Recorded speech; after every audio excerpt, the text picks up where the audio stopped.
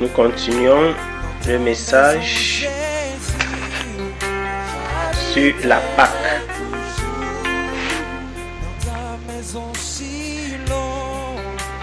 Nous allons continuer le message sur la Pâque du Seigneur.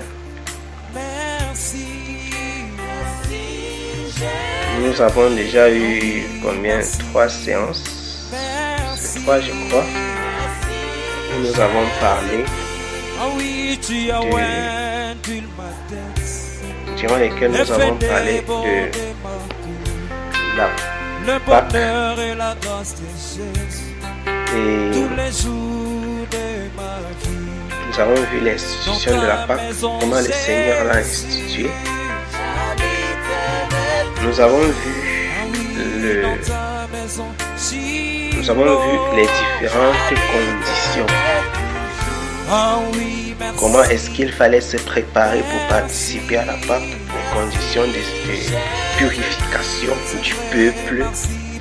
Nous avons vu qui était appelé à participer à la Pâque, c'est-à-dire le peuple d'Israël, et les étrangers qui se sont conformés à la loi du Dieu d'Israël, c'est-à-dire qui ont circoncis tous les hommes qui sont dans leur peuple et qui sont engagés à suivre le Dieu d'Israël. Donc il y avait des conditions pour pouvoir participer et ils ne devaient pas participer à leur propre façon. Ils devaient le faire tel que le Seigneur l'a voulu. Nous avons vu que ceux qui avaient raté la Pâque pouvaient se rattraper le 14e jour du 2e mois. Nous avons également observé que concernant la fête de la Pâque,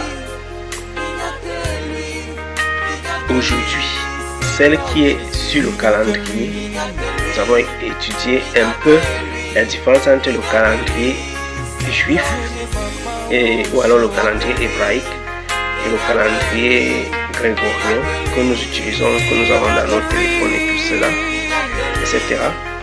Nous avons vu qu'il y a une différence de quelques mois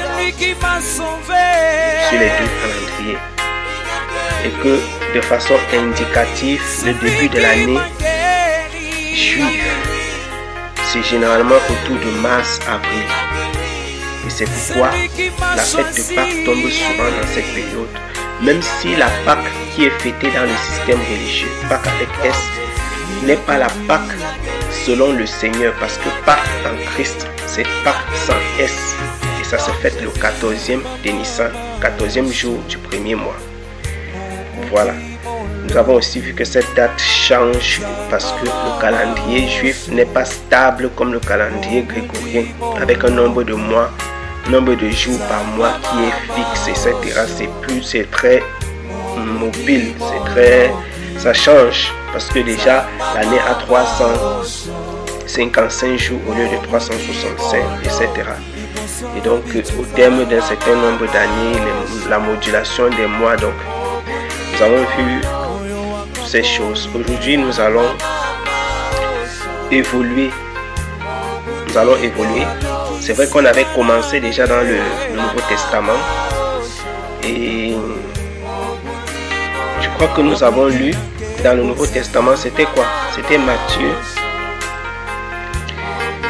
Nous avions lu dans le Nouveau Testament, dans le livre de Jean chapitre 2, le verset 13. On a également lu là, dans le Nouveau Testament, toujours dans Jean au chapitre 13, chapitre 2, toujours verset 23, donc verset 13, verset 23, nous avions lu.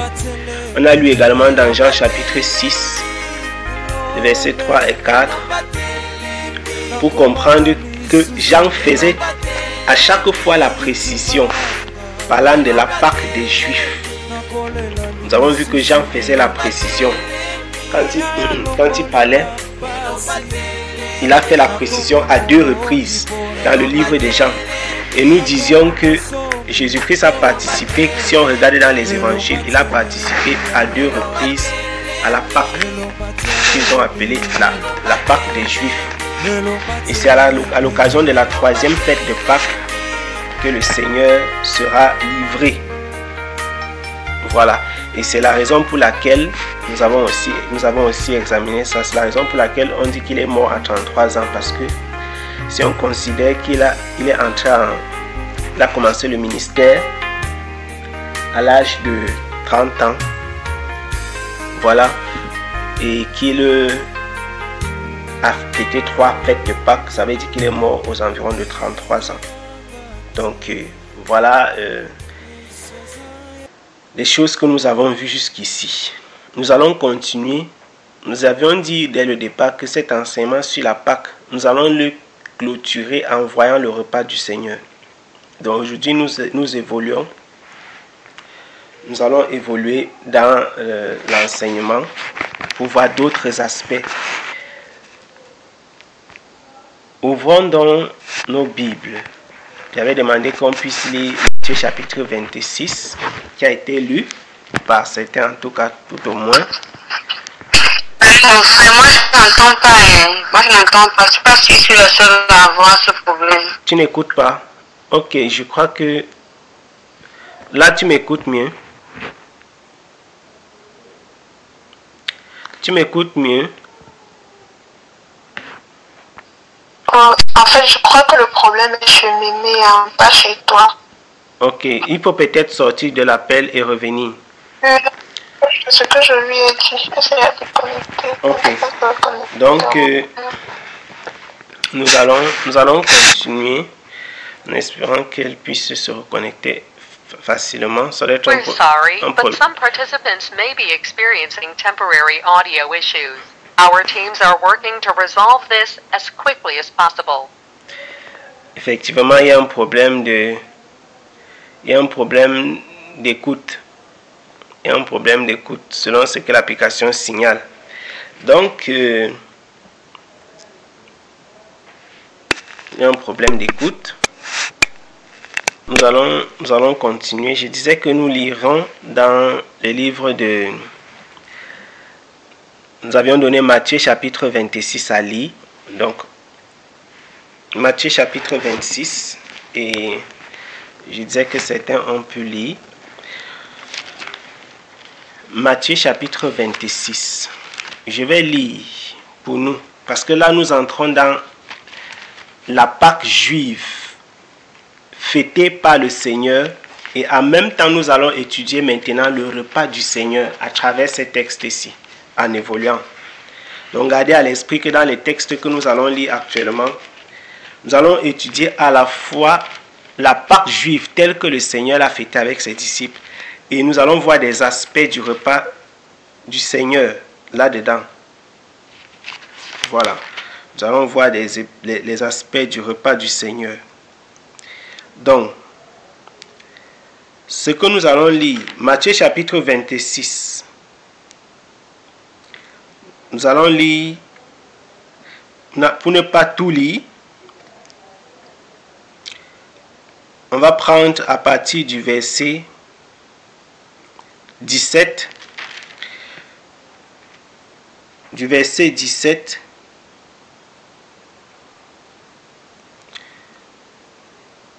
au verset 31.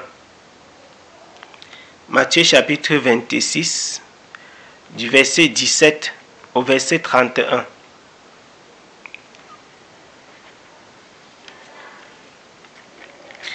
Matthieu 26, de 17 à 31.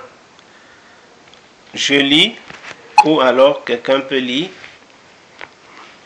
si vous y êtes.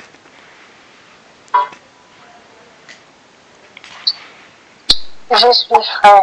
Ok.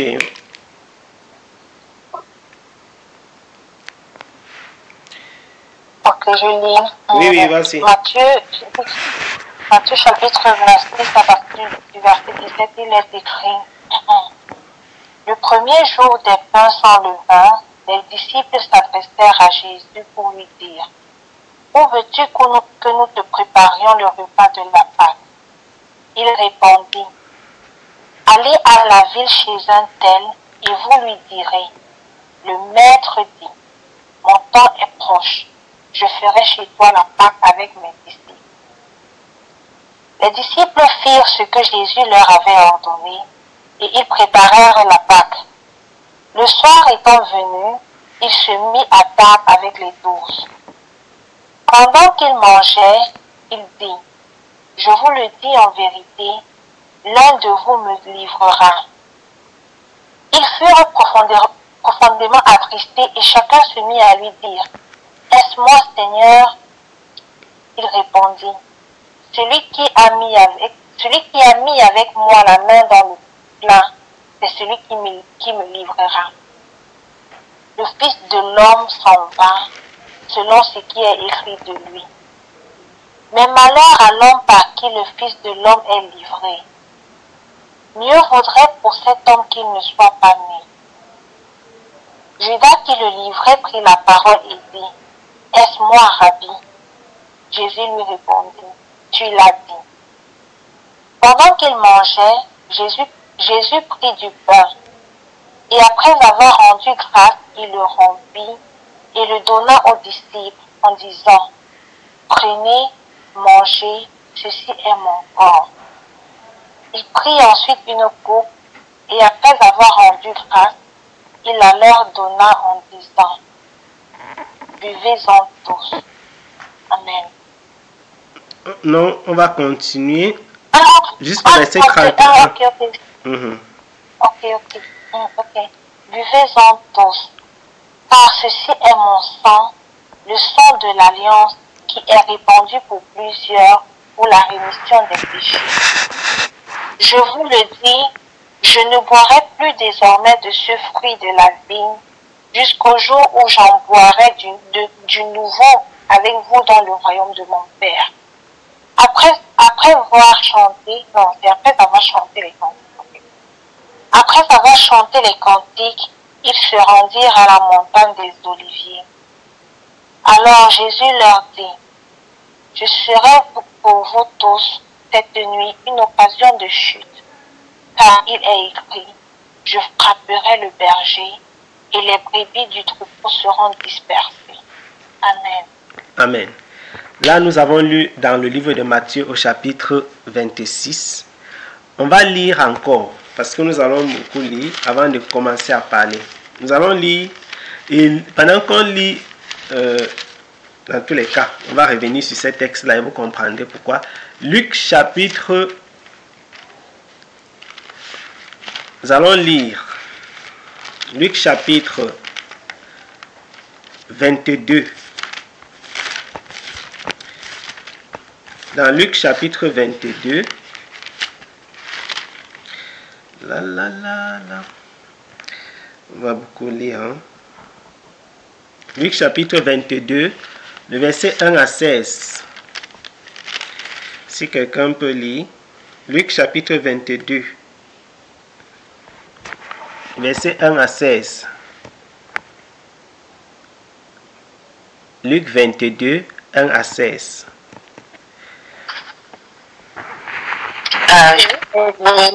Oui, c'est Daniel. C'est Jeanne. Ah, ok. Oui, tu peux lire. Tu as quand même ma voix. J'ai suivi deux voix parler en fait. Ok, d'accord. Luc 22, verset 1 à 16. La fête des pains sans levain appelée la Pâque approchait. Et les prêtres et des scribes cherchaient comment ils pourraient faire mourir Jésus. Ça craignait le peuple.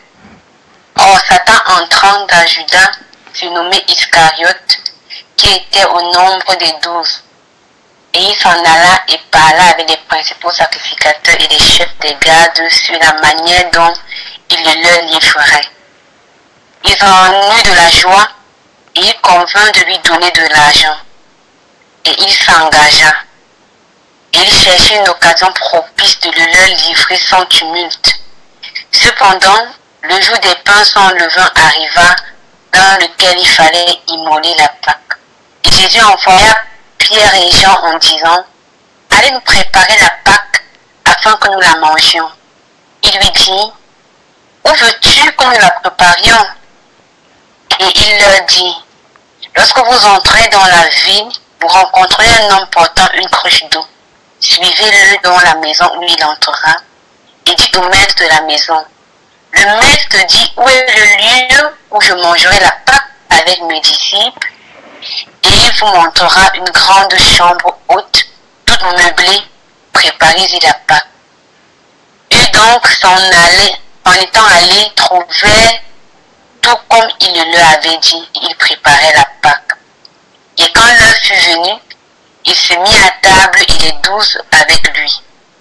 Et il leur dit, j'ai fort désiré manger cette Pâque avec vous, avant que je s'ouvre, car je vous dis que je ne la mangerai plus jusqu'à ce qu'elle soit accomplie dans le royaume de Dieu. Amen. Amen. Waouh, c'est intéressant là. Nous avons lu le même texte dans le livre de Matthieu chapitre 26 et Luc chapitre 22.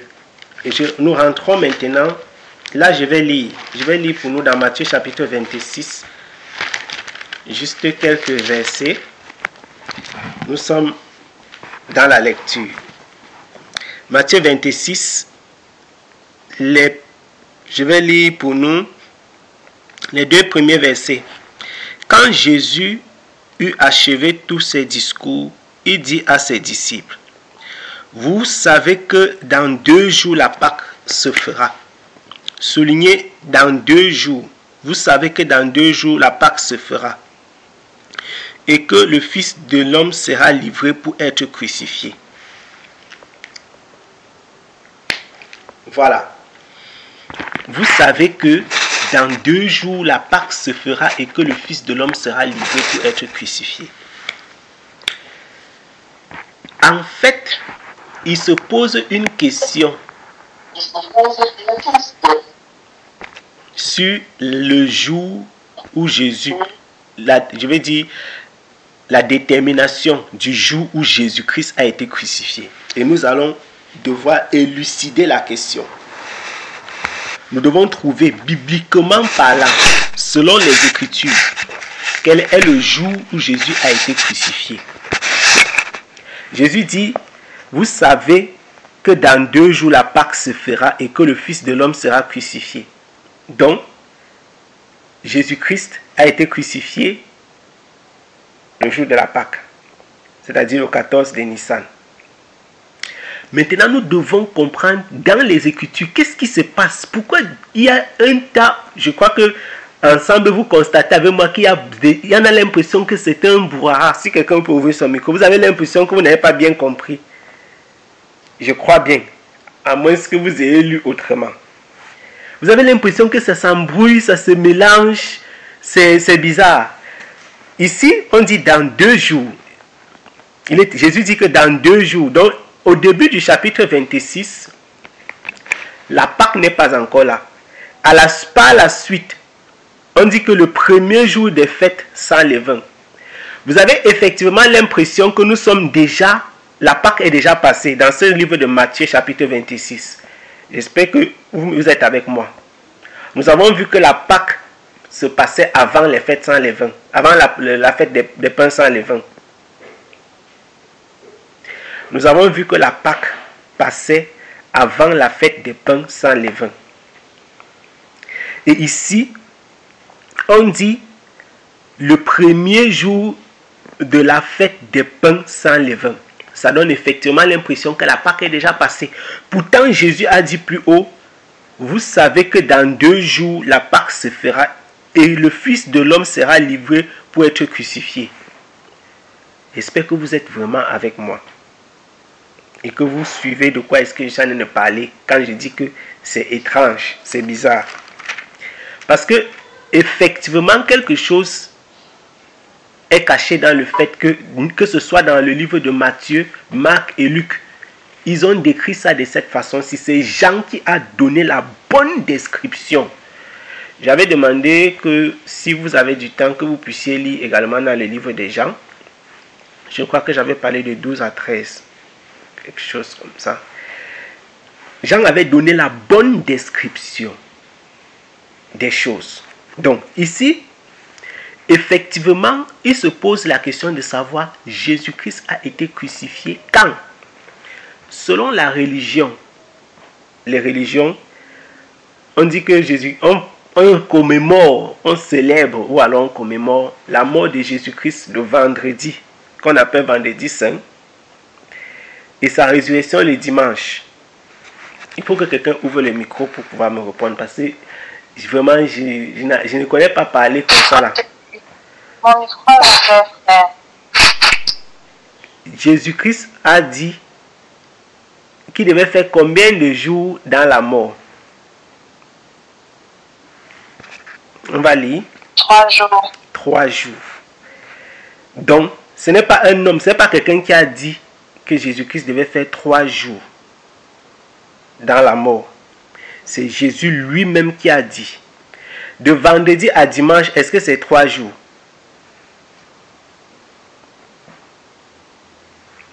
Hein, Olive?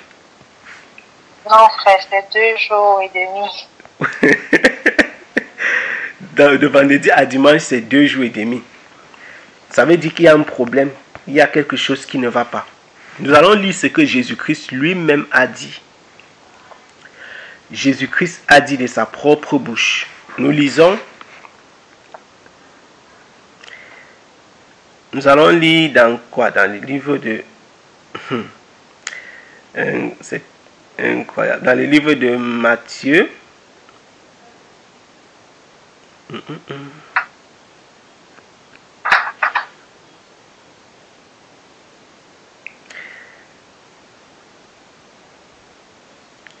Nous allons lire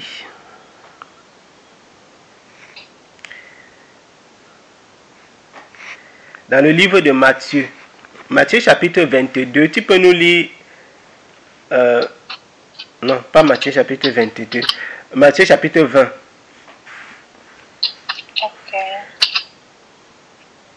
Tu peux nous lire le verset 19. Pendant ce temps, je cherche Matthieu chapitre 20, le verset 19. D'accord, il est écrit, et ils le livreront aux païens pour qu'ils se moquent de lui, le battent de verge et le crucifient. Et le 3e jour, il ressuscitera. Amen. Amen. Donc, Jésus a dit qu'il ressuscitera le 3e jour. Nous allons lire encore Matthieu chapitre 16.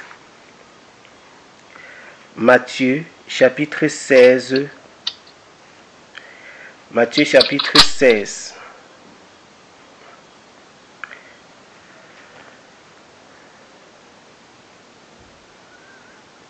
Matthieu chapitre 16.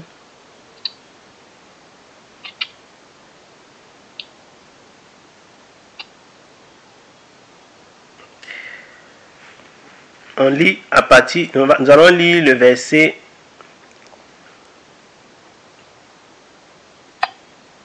4. Matthieu chapitre 16, le verset 4. Tu peux lire. Il est écrit, une génération méchante et adultère demande un miracle. Il ne lui sera donné d'autre miracle que celui de Jonas. Puis, il les quitta et s'en alla. Voilà. Jésus dit que la génération méchante demande un miracle, mais il ne lui sera donné aucun autre miracle que celui de Jonas. Maintenant, la question qui se pose, c'est pourquoi Jésus parle du miracle de Jonas? Il ne lui sera donné aucun autre miracle que celui de Jonas. Vous vous souvenez que Jésus avait lui-même dit, nous avons lu ça je crois, que détruisez ce temple et je vais le rebâtir en 3 jours. Donc nous avons déjà vu Jésus qui dit il va ressusciter le 3e jour. On a lu la prophétie où il dit, on a lu la parole où il déclare que comme vous êtes la génération pécheresse qui demande seulement les miracles là, le miracle que Dieu va vous donner, c'est le miracle de Jonas. Maintenant lisons l'explication du miracle de Jonas, parce que c'est Jésus lui-même qui va donner encore l'explication du miracle de Jonas. Nous allons lire dans Matthieu chapitre 12. Matthieu chapitre 12. Parce que ce que le Seigneur a déclaré là-bas, il avait dit ailleurs, avant. Matthieu chapitre 12. Nous lisons beaucoup aujourd'hui.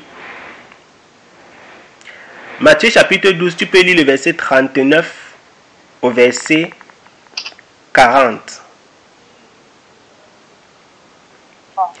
Matthieu 12, verset 39 à 40. Il est écrit. Il leur répondit. Une génération méchante Attention, reprends la lecture s'il te plaît. Il leur répondit. Une génération méchante et adultère demande un miracle. Il ne lui sera donné d'autre miracle que celui du prophète Jonas. Car de même que Jonas fut 3 jours et 3 nuits dans le ventre d'un grand poisson, de même le Fils de l'homme sera 3 jours et 3 nuits dans le sein de la terre. Amen. Amen. Alors je crois que Jésus a répondu à la question que nous cherchons, dont nous cherchons la réponse depuis. Jésus dit que Jonas a fait 3 jours et 3 nuits dans le ventre du poisson. Donc le Fils de l'homme va faire 3 jours et 3 nuits dans le ventre de la terre. Ça veut dire ceci. Comme il a dit de sa propre bouche qu'il va ressusciter le 3e jour, ça ne veut pas dire qu'on va compter les jours vendredi, samedi et dimanche. Ce n'est pas de ça il est question. Il s'agit de 3 journées et de 3 nuits qui doivent passer. J'espère que vous avez de quoi noter. Parce que ça, c'est important. Ça veut dire que dans la religion, on est déjà dans l'erreur d'office. La première erreur dont nous avons parlé la dernière fois, c'est que dans la religion, la Pâque, c'est la résurrection de Jésus. Alors que dans la Bible, la Pâque, c'est la mort de Christ. Ça fait première erreur. Deuxième erreur, Jésus dit qu'il va faire 3 jours et 3 nuits. Je crois qu'on n'a pas inventé ce texte. Vous êtes en train de lire de vos propres yeux et d'écouter de vos propres oreilles. Jésus dit qu'il va faire 3 jours et 3 nuits dans le ventre de la terre. Pendant que, quand tu comptes de vendredi à dimanche, il n'y a pas 3 jours et 3 nuits. À moins qu'on augmente les nuits. Ce n'est pas 3 jours et 3 nuits. Alors il y a un problème qui se pose. Et nous devons comprendre, parce qu'aujourd'hui nous devons comprendre, nous devons élucider. Jésus est mort quand? Puisque nous parlons de la Pâque. Et Jésus est notre Pâque. Jésus est mort quand? Tout à l'heure dans le livre de Matthieu chapitre 26, on a lu comment ils ont dit la Pâque des Juifs, que la fête des pains, la fête des pains sans levain approchait 2 jours au début du chapitre. Et plus tard, on dit que c'était le jour de la fête des pains sans levain. Or, en réalité, je disais que ici, Matthieu, Marc et Luc n'ont pas donné les précisions qu'il fallait. Mais pour ne pas embrouiller, il fallait lire ces textes-ci et donner les détails, que chacun d'entre nous note. Donc, il y a une différence entre la façon dont la fête est commémorée aujourd'hui et même ce qui est décrit dans les Écritures. Vous avez noté 3 jours quelque part, 3 nuits. Ça, c'est les tirets. 3 jours, 3 nuits. Il ressuscitera le 3e jour. Ça, ce sont les paroles qui sont dans les Écritures. Voilà. Ça veut dire qu'il y a déjà un problème. Ce n'est pas vendredi et ce n'est pas ressuscité dimanche. Vous vous souvenez aussi que nous avions dit en Israël, la fête de Pâques. La fête de Pâques était un sabbat. Ceux qui ne sont pas d'accord disent qu'on n'a pas dit ça. La fête de Pâques c'était un sabbat. Ça veut dire que c'était une sainte convocation dont on ne travaillait pas. Donc il y a 2 formes de sabbat en Israël. Ça, ce sont des choses qu'il faut tirer. Il y a 2 formes de sabbat. Il y a le sabbat normal et il y a le sabbat de fête. Le sabbat normal, c'est le samedi.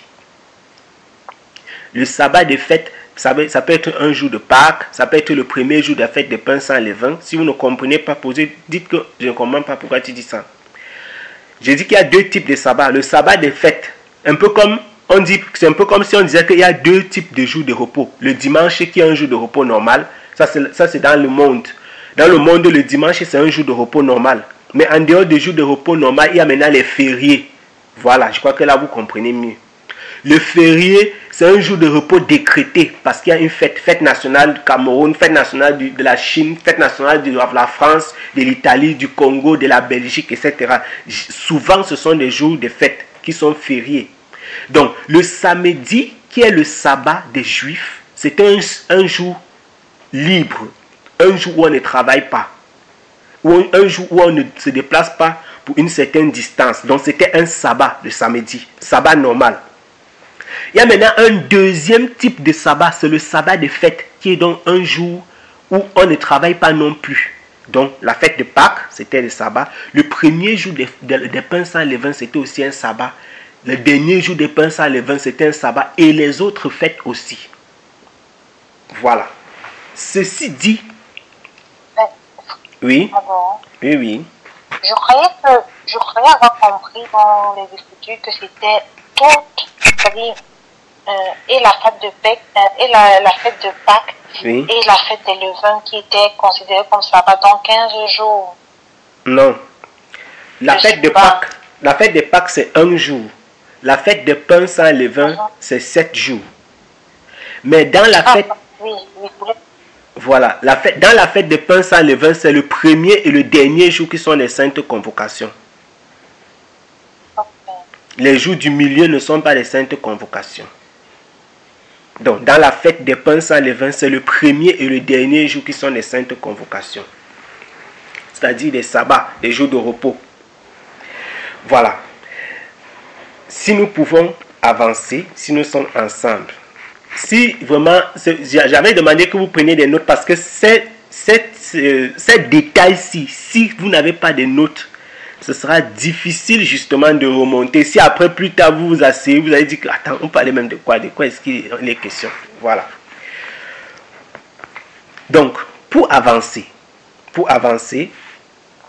nous allons avancer dans la détermination du jour où Jésus-Christ est véritablement mort.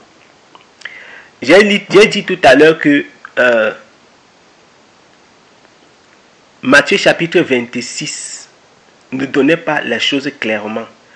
Que Luc chapitre 22 ne donnait pas la chose clairement. Et que même Marc chapitre 14 ne donne pas la chose clairement. Pour vous pouvez lire Marc chapitre 14. Vous verrez que la description qui est faite là-bas est exactement similaire à la description de Matthieu chapitre 26 et Luc 22. Dieu a caché. Lisons donc Jean chapitre 13. Jean chapitre 12. On va lire d'abord Jean chapitre 12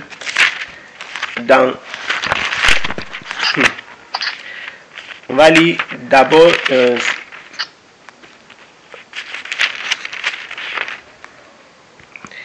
Jean chapitre 12, on va juste lire peut-être 2 versets, les 2 premiers versets. Je vais lire Jean chapitre 12, les 2 premiers versets, pour que vous notez. Dans Jean chapitre 12, les 2 premiers versets, qu'est-ce qu'on dit? Jean fait une belle description progressive. Dans Jean chapitre 12, écoutons ce que Jean dit, ce que Jean a écrit. 6 jours avant la Pâque, Jésus vint à Béthanie, où était Lazare, qui avait été mort et qui avait ressuscité. On lui fit là un souper, et Marthe servait et Lazare était l'un de ceux qui étaient à table avec lui. Donc, la parole du Seigneur déclare que on a fait un souper quand Jésus... On a fait un souper quand Jésus était à Béthanie. Vous avez compris ce qui a été dit. On a dit 6 jours. On est ensemble. On a dit 6 jours. Donc ça c'est 6 jours avant Avant quoi? La Pâque. Vous voyez que Jean a donné a bien dit 6 jours avant la Pâque. Ok. Avançons maintenant dans Jean chapitre 13. Nous sommes en train de chercher à déterminer depuis le départ quand Jésus est mort. Dans l'étude de la fête de Pâques, un des problèmes dans la religion aujourd'hui, c'est de savoir Jésus est mort quand. Parce que là, il faut prendre le temps, vraiment, de lire. Si pendant que vous lisez, vous avez des problèmes, il faut noter ça. On va voir si ces problèmes ne seront pas résolus, si les préoccupations restent après. Maintenant, lisons dans Jean chapitre 13. Comment Jean dit? Jean chapitre 13. Hein? Jean au chapitre 13. Nous allons lire dans Jean chapitre 13 les 5 premiers versets. Non, Jean chapitre 13, les 2 premiers versets. Plutôt, les 2 premiers versets. D'abord, premièrement. Olive, tu peux lire Jean chapitre 13, les 2 premiers versets. J'espère que nous sommes ensemble.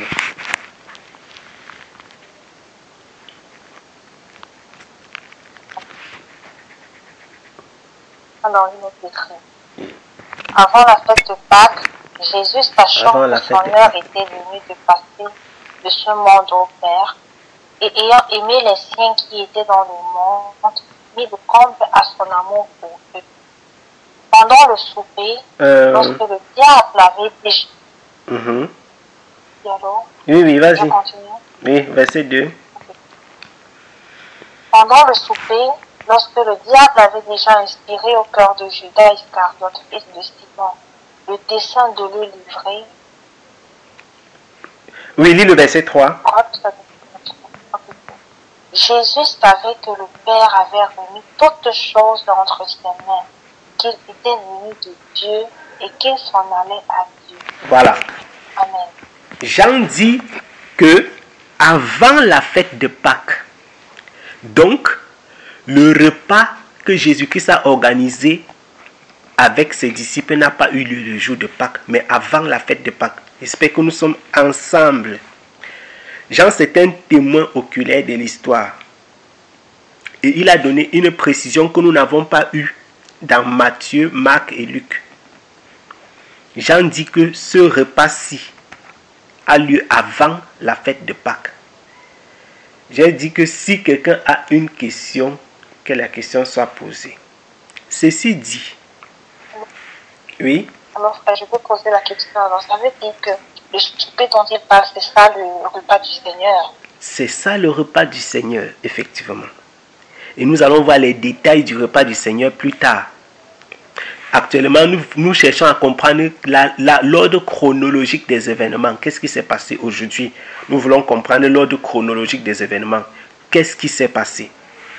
Ce qui s'est passé, c'est que avant la fête de Pâques, Jésus, sentant que c'était son heure, que son heure est arrivée de monter au Père, il a organisé le repas avec ses disciples en avance.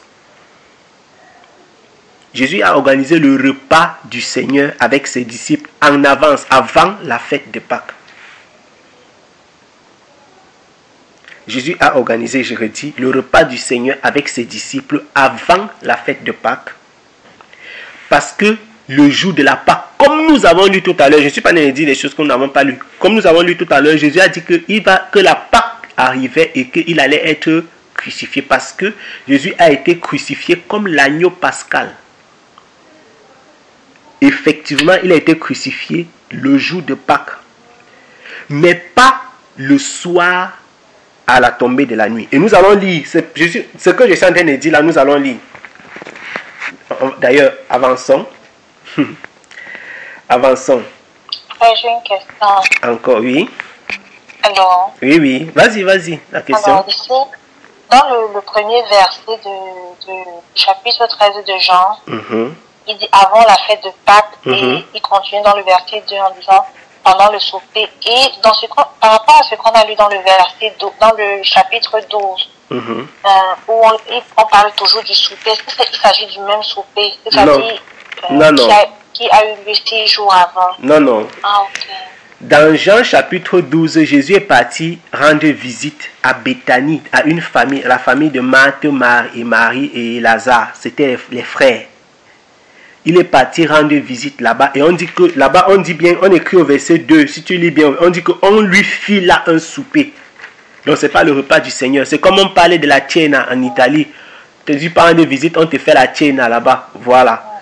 Donc, on a fait le souper à Jésus qui est venu rendre visite à cette famille-ci, là-bas.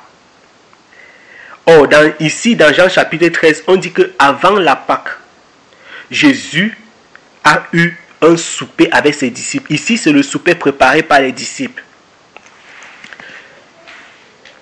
C'est le souper préparé par les disciples. Gardons à l'esprit ce que nous avons dit tout à l'heure. 3 journées et 3 nuits. Maintenant, avant la Pâque.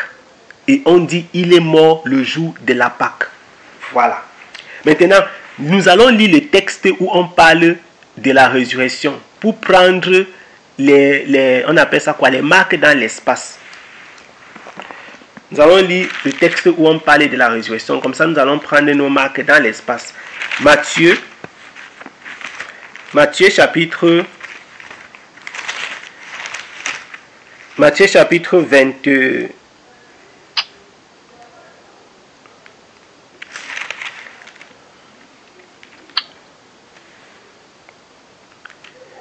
Matthieu chapitre... Voyons d'abord la mort de Jésus. Matthieu chapitre 27, lisons versets 45 à 50. On va voir la mort de Jésus. Matthieu 27, versets 45 à 50. Voilà. Je lis. Oui, tu peux lire. Matthieu 27, 45 à 50. Depuis la 6e heure jusqu'à la 9e, il y eut des ténèbres sur la terre. Et vers la 9e heure, Jésus s'écria d'une voix forte, Élie, Élie, lama sabachthani, c'est-à-dire, mon Dieu, pourquoi m'as-tu abandonné? Quelques-uns de ceux qui étaient là l'ayant entendu dire, il appelle Élie. Et aussitôt, l'un d'eux courut prendre une éponge qu'il remplit de vinaigre et l'ayant fixé à un rosseau, il lui donna à boire. Mais les autres disaient, laisse, voyons si Élie viendra le sauver. Jésus poussa de nouveau un grand cri et rendit l'esprit. Amen. Amen. Ça c'est Jésus qui a été maltraité et là il est mort à la croix. La parole du Seigneur que nous venons de lire déclare que il est mort à quelle heure? Vers la 9e heure. 9e heure. Voilà. Vous vous souvenez l'autre jour en répondant à la question de la sœur, c'était hier je pense, répondant à la question de la sœur Grâce, nous avons dit l'heure se comptait à partir de 6 heures. Donc la 9e heure c'est 15 heures. Donc, vous pouvez déjà noter quelque part, Jésus est mort à 15 heures. Nous sommes dans le repère de l'espace. Mais vous avez les textes correspondants. Jésus est donc mort à 15 heures. Quel jour? Et ça peut correspondre à quel jour de la semaine? Nous retournons pour comprendre. Nous sommes toujours dans le livre de Matthieu. Nous sommes toujours dans le livre de Matthieu.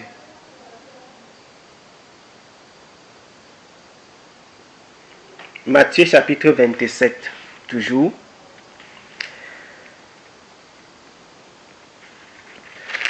Nous nous souvenons que Jésus avait mangé le repas avec ses disciples la nuit, n'est-ce pas? Voilà, il a mangé le repas avec ses disciples la nuit. Maintenant, il a été arrêté. Il a mangé le repas avec ses disciples la nuit. Il a été arrêté. Maintenant, nous allons lire Matthieu 27 à partir du verset 1. Je vais lire. Dès le matin, Dès que le matin fut venu, tous les principaux sacrificateurs et les anciens du temple, du peuple, tinrent conseil contre Jésus pour le faire mourir. Et l'ayant lié, ils l'amenèrent et le livrèrent à Ponce Pilate, le gouverneur. Alors Judas, qui l'avait trahi, voyant qu'il était condamné, se repentit et rapporta les 30 pièces d'argent aux principaux sacrificateurs et aux anciens, en disant, j'ai péché, j'ai trahi le sang innocent. Mais il dit, que nous importe, tu y aviseras. Alors, après avoir jeté les pièces d'argent dans le temple, il se retira et s'en étant allé, il s'étrangla. Et les principaux sacrificateurs, ayant pris les pièces d'argent, dirent, ce n'est pas permis de les mettre dans le trésor sacré, car c'est le prix du sang. Et ayant délibéré, ils lui achetèrent leur champ. Ils en achetèrent le champ d'un potier pour la sépulture des étrangers. C'est pourquoi ce champ-là a été appelé jusqu'à aujourd'hui le champ du sang, à quelle dame? En tout cas, nous continuons. Voici ce qui se passe, nous continuons. Alors s'accomplit ce qui avait été annoncé par Jérémie le prophète en ces termes. Ils ont pris 30 pièces d'argent, le prix de celui qui avait été évalué, de celui que les enfants d'Israël ont évalué. Et ils ont donné pour le champ du potier comme le Seigneur l'avait ordonné. Vous vous souvenez qu'on avait déjà vu, en parlant de Jésus-Christ et Dieu, on avait déjà montré où est-ce que la prophétie se trouve dans le livre de Zacharie. Or, Jésus parut devant le gouverneur et le gouverneur l'interrogea en disant, es-tu le roi des Juifs? Et il lui dit, pour la sœur Grace qui probablement n'a pas écouté l'enseignement, je pourrais te partager l'enseignement en question qui montre Jésus-Christ et Dieu en voyant dans les prophéties et dans l'accomplissement des prophéties toutes les paroles qui concernent le Seigneur qui ont été reportées en fait dans les évangiles. Voilà, parce que ça c'est une prophétie que Zacharie avait donnée en disant qu'on a vendu, on a évalué le Seigneur à 30 pièces. Imagine donc que des centaines d'années après cela, la prophétie se réalise effectivement et on l'a évalué le Seigneur à 30 pièces. Voilà, donc Jésus-Christ c'est l'Éternel qui avait parlé par le prophète Zacharie en ce temps-là. Donc, si nous continuons, on dit, et lorsqu'il fut accusé, or Jésus parut devant le gouverneur et le gouverneur l'interrogea en disant, es-tu le roi des Juifs? Il lui dit, tu le dis. Et lorsqu'il fut accusé par les principaux sacrificateurs et les anciens, il ne répondit rien. Alors Pilate lui dit, n'entends-tu pas bien les choses qu'on dépose contre toi? Les choses, n'entends-tu pas combien de choses il dépose plutôt contre toi? Mais il ne répondit pas une parole, de sorte que le gouverneur en était fort surpris. Maintenant, mais on dit, le gouverneur avait coutume à chaque fête de Pâques. Donc ici, la fête de Pâques n'est pas encore passée. Nous lisons pour avancer, pour que nous comprenions bien. Le gouverneur avait coutume à chaque fête de Pâques. Soulignez donc à chaque fête de Pâques. Donc, le jugement de Jésus a lieu. La fête de Pâques n'est pas encore passée. Je lis doucement afin que nous comprenions que effectivement c'est un message que Dieu avait caché dans Luc, Matthieu, Marc. Parce que c'est Matthieu, rentrons, nous sommes dans Matthieu chapitre 27, non? Rentrons dans Matthieu chapitre 21. Vous vous souvenez que dans Matthieu chapitre 26, nous avons lu ce que Matthieu lui-même a écrit. Le premier jour de la fête des pains sans levain, les disciples vinrent et dit à Jésus. Vous avez lu, non? Donc Matthieu lui-même a écrit que le premier jour de la fête des pains sans levain, les disciples sont venus dire à Jésus que préparons le repas. Maintenant, quand il raconte le jugement de Jésus, il dit que Pilate avait l'habitude de donner aux gens, de libérer un condamné à chaque Pâques. Donc, il y a une incongruité. Soit le Saint-Esprit a choisi de cacher quelque chose, soit Matthieu s'embrouille. Et quelqu'un qui s'assoit pour raconter une histoire, il ne peut pas s'embrouiller aussi bêtement. C'est-à-dire, la fête de Pâques doit normalement passer avant la fête des pains sans levain. Et tu dis qu'ils ont décidé de préparer le repas à la fête des pains sans levain. En racontant maintenant par la suite le jugement de Jésus, tu dis qu'on avait l'habitude de libérer quelqu'un pour la Pâques. Il y a une question, il y a un problème. Je ne sais pas si tu comprends de quoi je parle. Voilà. C'est bon. Donc, voici ce que Matthieu dit donc. À chaque Pâques de relâcher au peuple, le gouverneur avait coutume à chaque Pâques de relâcher au peuple un des prisonniers, celui qu'il voulait, dont le peuple avait le choix. Et il y avait alors un prisonnier ainsi nommé Barabbas. Comme ils étaient assemblés, Pilate leur dit, lequel voulez-vous que je vous relâche, Barabbas ou Jésus qu'on appelle le Christ? Car il savait que c'était par envie qu'il l'avait livré. Et pendant qu'ils étaient assis sur le tribunal, sa femme lui envoya dire, ne te mêle pas de cette affaire, de l'affaire de ce juste, car j'ai beaucoup souffert aujourd'hui en songe à son sujet. Oh, Dieu est venu lui parler, Dieu est venu lui passer un SMS, un message. Donc, la femme s'y avait été avertie. Et on dit que les principaux sacrificateurs anciens persuadaient au peuple de demander Barabbas et faire périr Jésus. Donc, ces gars avaient été décidés que Jésus doit mourir. Le gouverneur reprenant la parole dit, lequel des deux voulez-vous que je vous relâche? Et il dit, Barabbas. Pilate ajouta, que ferai-je donc de celui qu'on appelle Christ? Tous lui répondirent, qu'il soit crucifié.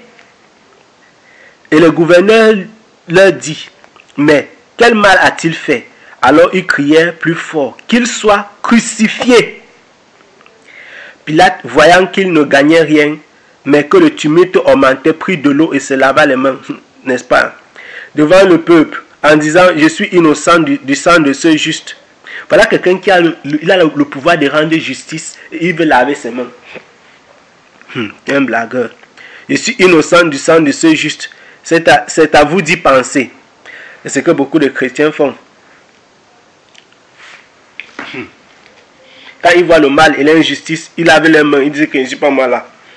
Alors qu'ils ont le pouvoir. Ce n'est pas que tu n'as pas le pouvoir, ils ont le pouvoir de changer la situation, mais ils veulent laver leurs mains.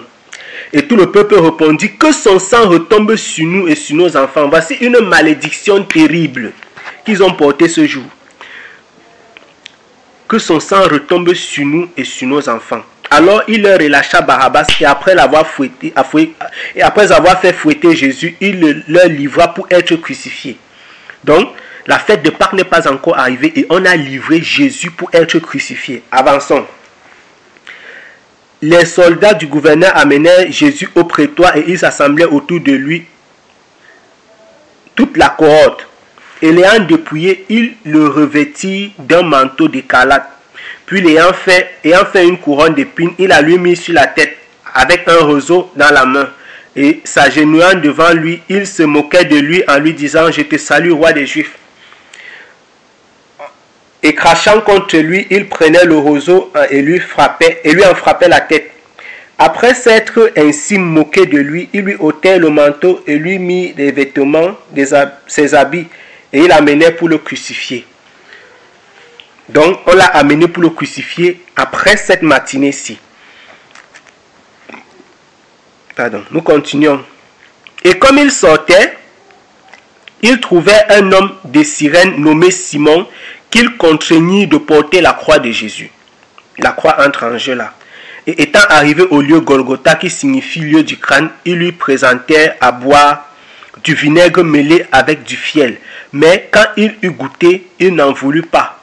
Après l'avoir crucifié, il se partageait ses habits en se tirant au sort afin que ce qui a été dit par le prophète s'accomplisse. Ils se sont partagés mes habits, ils ont tiré ma robe au sort. Ça, c'est la prophétie de David. Et étant assis, il le gardait là. Il mit aussi au-dessus de sa tête la cause de sa condamnation, ainsi écrite, celui-ci est Jésus, le roi des Juifs. On crucifia en même temps avec lui deux brigands, l'un à sa droite et l'autre à sa gauche.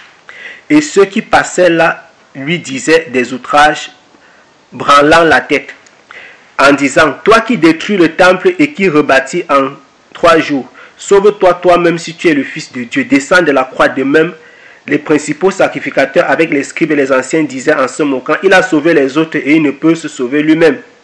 Si est le roi d'Israël qui descendait maintenant de la croix, et nous en croirons. Je pose une question avant d'avancer. Est-ce que quand Jésus est descendu de la croix, ils ont cru? Est-ce que quand Jésus est ressuscité des morts, les gens-ci qui disaient qu'ils devaient croire là, ils ont cru? Non. Ils n'ont pas cru. Donc, ça c'était des alibis. Voilà. La personne qui ne doit pas croire, même si même si tu fais n'importe quoi, elle va chercher les raisons pour dire que ce que tu dis là, c'est même pas vrai. Ce que tu fais là, c'est faux. Ils n'ont pas cru. Les gens qui disaient qu'on va croire. Les gars ont dit eux-mêmes, verset 42, que nous allons croire. Tu vas croire. Hein? Il s'est confié en Dieu, que Dieu le délivre maintenant. Et s'il est agréable, s'il lui est agréable, car il a dit, je suis le Fils de Dieu. Écoutez, les brigands qui étaient crucifiés avec lui l'injuriaient de la même manière. Maintenant, avançons. On va sauter le verset, la partie que nous avons lue tout à l'heure. Parce que cette partie-là, on a déterminé l'heure. Maintenant, nous voyons que dans cette journée-ci, le jugement et la crucifixion se sont passés le même jour. C'est ce détail, c'est ça que je voulais bien que nous voyons. Le jugement et la crucifixion se font du matin jusqu'au soir. On l'a jugé, on l'a crucifié dans la même journée. Voilà. Maintenant, verset 51.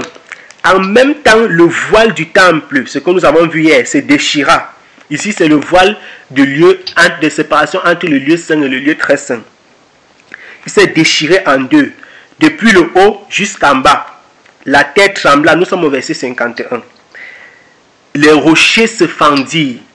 Des sépulcres s'ouvrirent et plusieurs corps des saints qui étaient morts ressuscitèrent. Et étant sortis de leur sépulcre après la résurrection, ils entrèrent dans la cité sainte, la sainte cité, et ils furent vus de plusieurs personnes. Quand le centenier et ceux qui gardaient Jésus, avec lui, eurent vu le tremblement des terres et ce qui était arrivé, ils furent fort effrayés et dirent véritablement celui-ci était le Fils de Dieu. À quelle heure?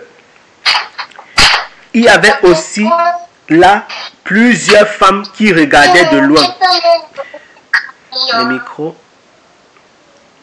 Il y avait aussi là plusieurs femmes qui regardaient de loin et qui avaient accompagné Jésus depuis la Galilée en le servant. Entre lesquelles étaient Marie de Magdala, Marie plutôt, mère de Jacques et de Jose, la mère de Zébédée, des fils de Zébédée. Le soir étant venu, voilà, le soir est venu. Bien-aimés, nous sommes dans les détails, dans le jour où Jésus a été crucifié. Le soir étant venu, souligné, le soir étant venu, nous allons voir quand Jésus est mort aujourd'hui. Si c'était vendredi, il est ressuscité dimanche. Le soir étant venu, un riche d'Arimathée nommé Joseph, qui avait été lui aussi disciple de Jésus, vint vers Pilate et demanda le corps de Jésus. Et Pilate commanda qu'on le lui donnât. Joseph, ayant pris le corps, l'enveloppa dans le linceul blanc et le mit dans un sépulcre neuf qu'il s'était fait tailler dans le roc, et ayant roulé une grande pierre à l'entrée du sépulcre, il s'en alla. On dit, et Marie de Magdala et l'autre Marie étaient assises vis-à-vis du sépulcre. Voilà, nous arrêtons là. On dit Marie et l'autre Marie, Marie de Magdala et l'autre Marie, et qui étaient assises là vis-à-vis du sépulcre. Elles étaient assises là vis-à-vis du sépulcre. Maintenant, nous avons lu le jour, les événements qui se sont produits, le jour où Jésus-Christ a été crucifié. Donc, il a été jugé le matin, maltraité, frappé, injurié, on a craché sur lui et tout ça. On l'a crucifié. À 15 heures, il est mort. Et en début de la même journée, la même soirée, Joseph d'Arimathée est venu prendre son corps. Maintenant, nous devons comprendre pour quelle raison est-ce que Joseph d'Arimathée est venu prendre le corps de Jésus. Nous avons dit que nous allons parler des détails. Nous sommes dans les détails, doucement, doucement. Il n'y a pas la précipitation. Oui, oui. perdu. Quand tu expliques la chronologie, tu utilises le temps des Hébreux, bien le temps mondial. Dans la chronologie, je suis en train de prendre notre temps. Actuellement, si. Donc, une journée, le matin de la journée, on a pris Jésus, on l'a crucifié. Comme le matin, quand tu lis le matin ici dans la Bible, là, on parlait du matin de la journée là. Dès que le matin fut venu, on parlait du matin, c'est-à-dire à 6 heures. Voilà. Parce que quand on parlait de la nuit, on parle effectivement de la vraie nuit. Quand on parle du matin, on parle effectivement du vrai matin. Oui. Donc, le matin, il a été crucifié, ainsi de suite. Il a été jugé, crucifié, il est mort et on l'a enterré, entre guillemets. On l'a mis dans le sépulcre. Je voudrais que nous lisions, en fait certains détails. Jean chapitre 19. Nous allons lire certains détails dans Jean chapitre 19. On va revenir dans Matthieu 6, on n'a pas fini. Pour voir vraiment la chronologie. Et à partir, donc on va déterminer la chronologie. Comprenez que Jésus est mort le jour qui était le 14 de Nissan. On va maintenant compter 3 jours et 3 nuits. On va comprendre de quoi comment est-ce que ça s'est passé. Jean chapitre 19. Jean au chapitre 19. Nous sommes toujours dans les Écritures. Jean au chapitre 19. Je peux lire pour nous Jean chapitre 19 à partir de... On va lire certains détails.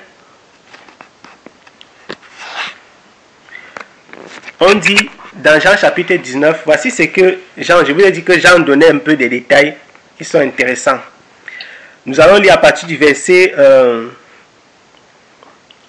nous allons lire à partir du verset 14.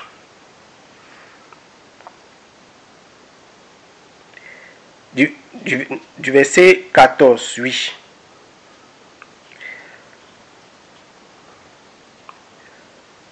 Voici ce qu'on dit dans le livre des Jean. On ne se fatigue pas de lire. Or, c'était la préparation de la Pâque. De Pâques. Souligné préparation. Donc, Pâques n'a pas encore eu lieu.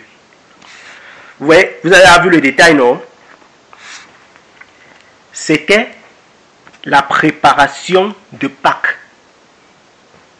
C'était la préparation de Pâques et environ la 6e heure. Souligné la 6e heure, donc midi. Et il dit aux Juifs, voilà votre roi. Mais il s'écriait, ôte-le, crucifie-le. Vous voyez les détails, donc on n'a pas lu tout à l'heure. Voici ça qui est donné ici. Donc c'est la 6e heure que Pilate a dit, voilà votre roi. La 6e heure c'est midi. Les principaux sacrificateurs répondirent, nous n'avons point d'autre roi que César. Incroyable. Voilà les gens qui disaient qu'ils attendent le Messie pour les délivrer. Maintenant, quand le Messie est là, ils disent qu'ils n'ont point d'autre roi que César. Les hommes de ce monde sont dangereux. Il dit que l'être humain, le cœur de l'homme est tortueux. Ce qui se passe, c'est que quoi? Comme c'était la préparation, on dit que, au verset 31 que nous avons lu, les Juifs, de peur que le corps ne demeurât sur la croix le jour du sabbat. En fait, j'étais en train d'expliquer que le sabbat, ce n'est pas samedi. C'est le sabbat de Pâques, c'est-à-dire le 14. Le 14 qui devait commencer dans la soirée. On devait immoler l'animal. Là maintenant, je parlais du vrai animal, c'est-à-dire la Pâque juive. Car c'était la préparation et ce sabbat était un grand jour, c'est-à-dire le jour de Pâques. Demandait à Pilate qu'on rompît les jambes aux crucifiés et qu'on les enlevât. Donc ils avaient demandé qu'on enlève ceux qui avaient été crucifiés parce que C'était la préparation de la Pâque. Et le jour-là, c'était un grand jour. Voilà. Et on continue, il dit ceci.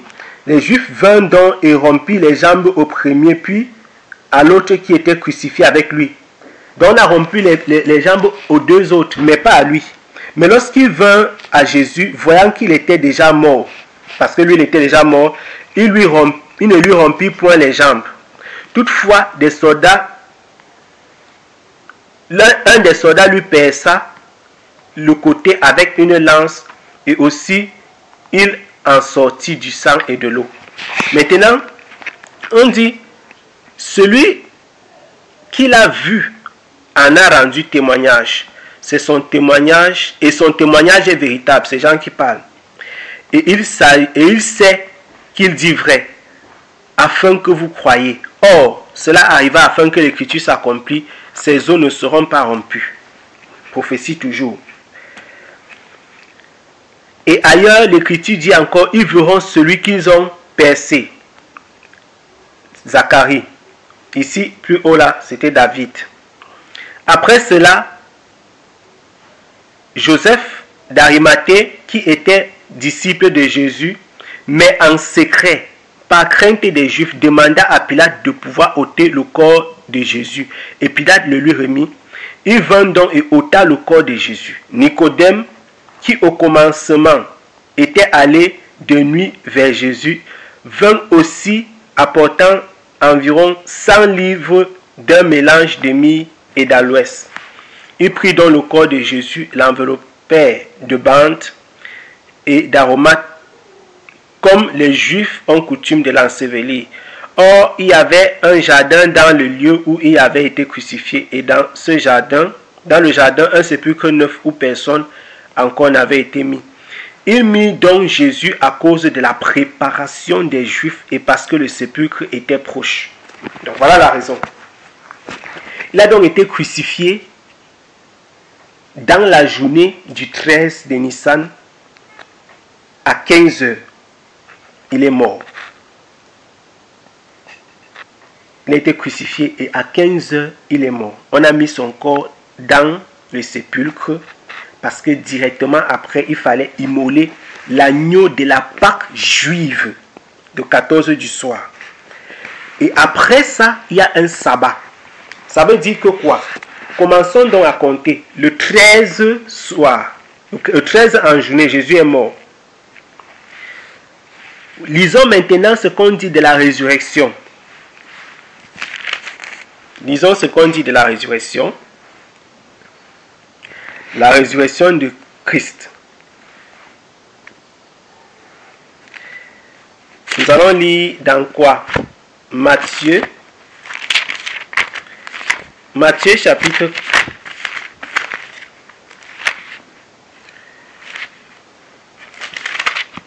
4. C'est là où ça embrouille. Matthieu chapitre 28. Matthieu chapitre 28. Ou alors on va commencer. Oui, c'est mieux, sautons. On va prendre Matthieu chapitre 28.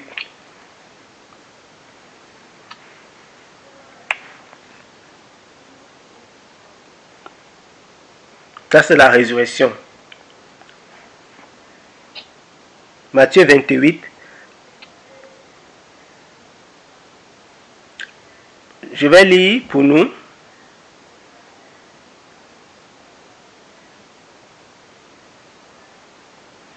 De 1 à 7. Après le sabbat, on dit le sabbat. Maintenant, nous devons déterminer de quel sabbat il est question ici. Est-ce que c'est un sabbat de fête ou alors ce n'est pas un sabbat de fête? Vous avez vos cahiers. Vous allez, ici là on va écrire.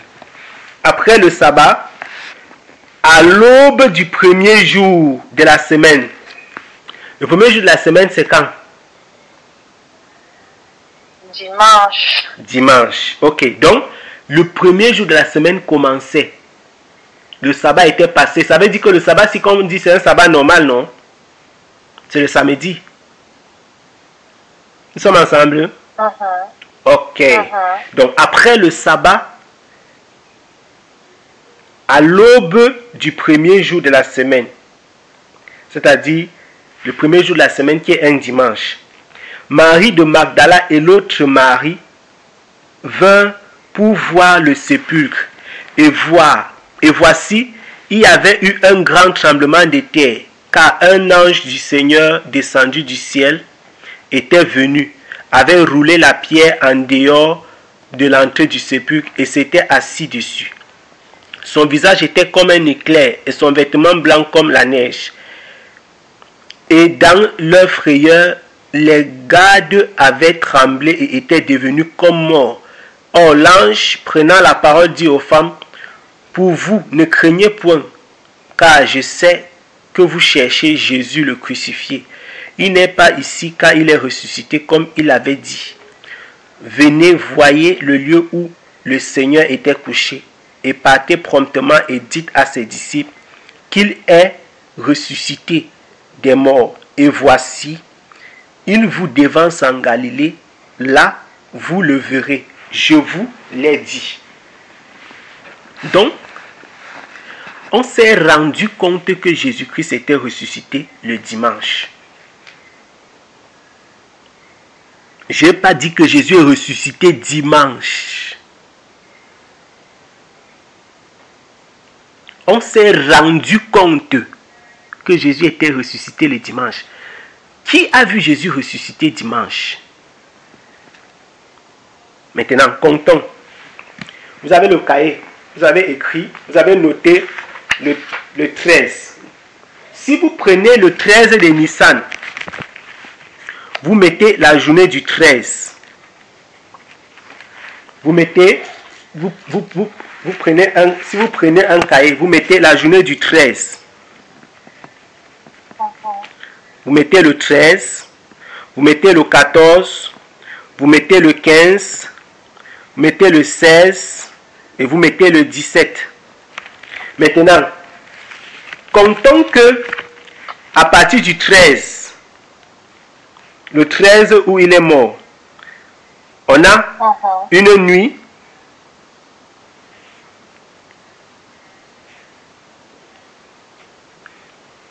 on a une journée. On est ensemble? Oui, frère. Tu disais qu'on a... On a une nuit, n'est-ce pas? Ok, on a une journée.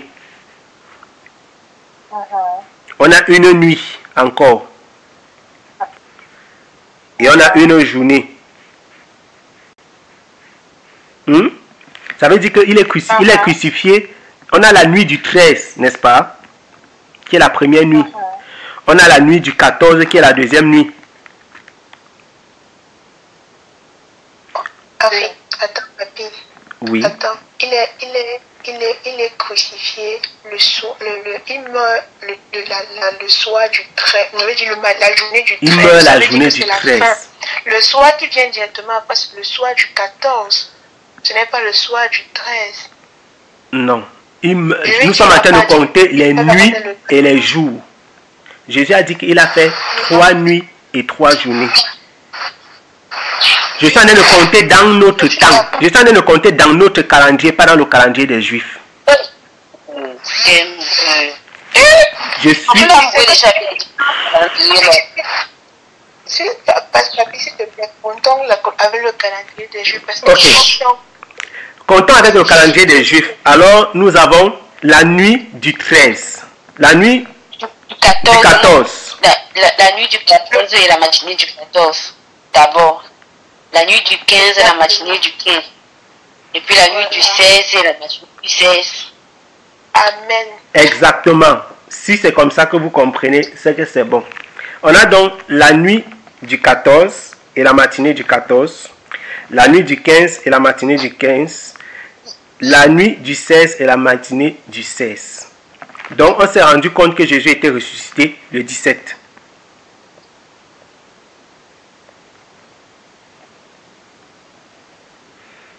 Non. Oui.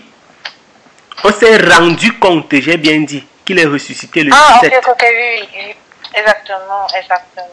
On s'est rendu compte le 17 parce que c'est le 17 qui est Parce que le jour qui précède le 17, c'est un sabbat, c'est-à-dire un samedi. Maintenant, si vous comptez, le 13, c'était donc quel jour de la semaine? Un mercredi. Mercredi. Le 13 était un mercredi. C'est-à-dire, on a la nuit du mercredi et la journée de jeudi, qui est le 14. Donc, la Pâque des Juifs a eu lieu un jeudi. On a la nuit du mercredi et la journée du jeudi. Ça fait le 14 de Nissan. On a la nuit de jeudi et la journée de vendredi. C'est le 15 de Nissan. Parce que je prends les deux calendriers, même quand ça vous embrouille. On a la nuit de vendredi et la journée de samedi. C'est le 16 de Nissan. Après ce samedi-ci, ça faisait donc 3 nuits et 3 jours. Et Jésus est ressuscité donc dans la journée, la 3e journée qui est la journée de samedi. Il est ressuscité dans le samedi. Et on a témoigné de la résurrection le dimanche. Après le sabbat, parce que le samedi, c'était un sabbat normal et personne ne pouvait partir au sépulcre. Donc personne ne pouvait se déplacer pour les longues distances le samedi. On s'est donc rendu compte le dimanche qu'il était ressuscité, le premier jour de la semaine. Donc Jésus-Christ est normalement mort un mercredi. Il est normalement mort un mercredi et il est ressuscité un samedi. Ça fait 3 nuits et 3 jours. Et on s'est rendu compte un dimanche. C'est bon? Alors, Oui? non, j'ai une question. Aïe, aïe, aïe. Je reprends. Là, je reprends ce que j'ai dit. Non, je dis que j'ai une question en fait. Ah, ok, d'accord. À la question. Je t'envoie par mon père, pardon. Oui, Olive. C'est chaud. Voilà. On a dit dans le livre, dans le chapitre 28 du livre de Matthieu que on a constaté, Oui. du moins, oui, on a constaté qu'il est ressuscité après le jour du sabbat, c'est-à-dire dimanche. Mais en fait, je ne comprends pas pourquoi est-ce qu'on s'appuie sur l'hypothèse qu'on a constatée, non qu'il est effectivement ressuscité ce dimanche-là. Parce que c'est à partir de ça qu'on réussit à retrouver qu'il est mort effectivement tel jour de la semaine. En fait, on parle du jour de sa ressuscitation. Regarde, Marie et Marie, ainsi que les autres sont partis au sépulcre le premier jour. Elles sont parties à l'aube du premier jour de la semaine. Le premier jour de la semaine, là, c'est dimanche. Si tu remontes le premier jour de la semaine, autre chose.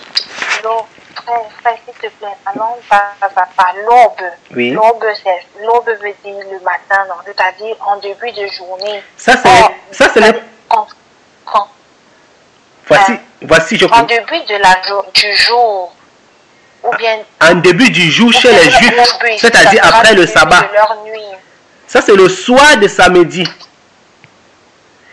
Et non le matin de dimanche. On est en train de parler en termes de journée juive, c'est-à-dire une journée qui commence la nuit et finit en journée. Exactement. Ça achève la journée.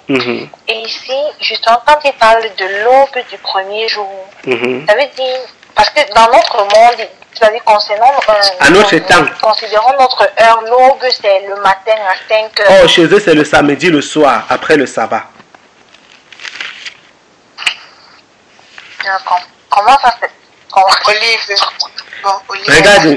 Je ne sais pas si je peux t'aider. Alors. Oui, je t'écoute.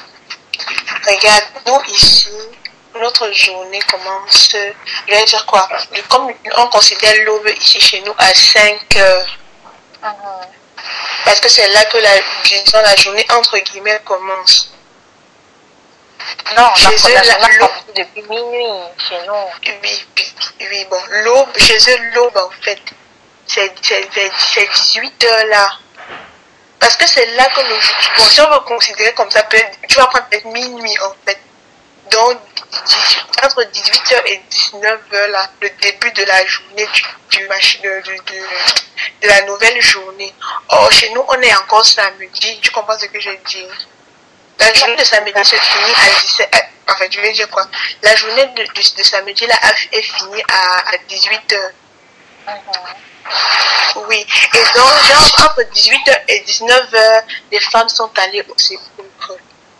Ça veut dire que l'aube n'a pas la même considération que notre aube. Non. Qui ne comprend pas. Parce que dans la vie, on entend parler de l'aube. L'aube, est-ce que l'aube c'est non, l'aube c'est le lever du soleil, effectivement. Voilà, le lever de la journée, du jour. Voilà, oui. du jour. Oui. C'est comme ça que j'ai dit que si on peut considérer le lever du jour comme étant l'aube, ici, là, ça veut dire qu'il y aura déjà la nuit qui est passée du jour. Non, la nuit n'est pas encore passée. Non, ce n'est pas cette considération qu'il faut faire là. Ici, la nuit n'est pas encore passée. Ok. Je ne sais pas si Olive a compris. Oui, vas-y. Vas-y, il y a tellement de bruit quelque part. Il y a les bruits. Je crois que je m'aimais.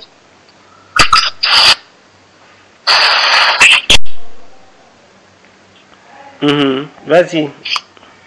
Donc, j'étais en train de dire que on peut dire, comment on considère que chez eux la journée pleuvait? Je veux dire, un jour commence le soir chez nous. Tu vois? Donc ça veut dire que le sabbat, Jésus est ressuscité le samedi, et elles sont arrivées samedi soir constaté en fait. Je ne sais pas si Olive comprend en fait de ce que...